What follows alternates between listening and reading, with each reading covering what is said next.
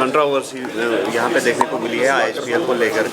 तो काफ़ी जो है प्लेयर्स भी बदसुन हो गए हैं, जो सर्विस प्रोवाइडर्स हैं वो भी बदसुन हो गए। तो ऐसा सुनने में आया है कि जो होटल इंडस्ट्री है वो भी काफ़ी मुतासर हुए। इससे क्या कहना चाहिए? बिल्कुल सही है। एक हमें पता था बड़ी ज़बरदस्त एक बड़ी कंपनी आ रही है हमारे बच्चों को इधर में, और जिसमें बाहर के बहुत सारे क्रिकेटर्स थे, मगर बाद में अफसोस ही रहा उन्होंने क्रेडिबिलिटी अपनी ही ख़राब कर दी। हमें क्या करते, मगर हमारे पैसे खा कर गए हैं, जो वेंडर्स के हैं, बच्चों के हैं, होटलियर्स के हैं, तो ख़ासकर हमारे पैसे भी उनके पास है। अब हमने कानून ही कार्रवाई करेगा, कानून का साथ ले लिया है, तो पुलिस को रिपोर्ट किया है, दे आर ऑन इट।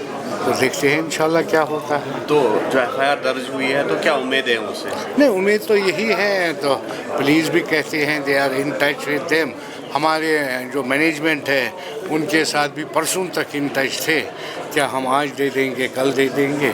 अब जब दे देंगे तब मैं आप सबको बता दूँ। तो जो प्लेयर्स थे, जैसे ऑर्गेनाइजर्स थे, जो सुरेंद्र खन्ना जैसे, ऐसा सुनने में आया है कि जो उनके निजी बोर्ड्स थे तो उन्होंने उनको बर्खास्त किया है, बोर्ड से सस्पेंड किया गया है, इंक्लूडिंग सुरेंद्र खन्ना। बेटा मुझे इसके मुतालिक कोई पता नहीं।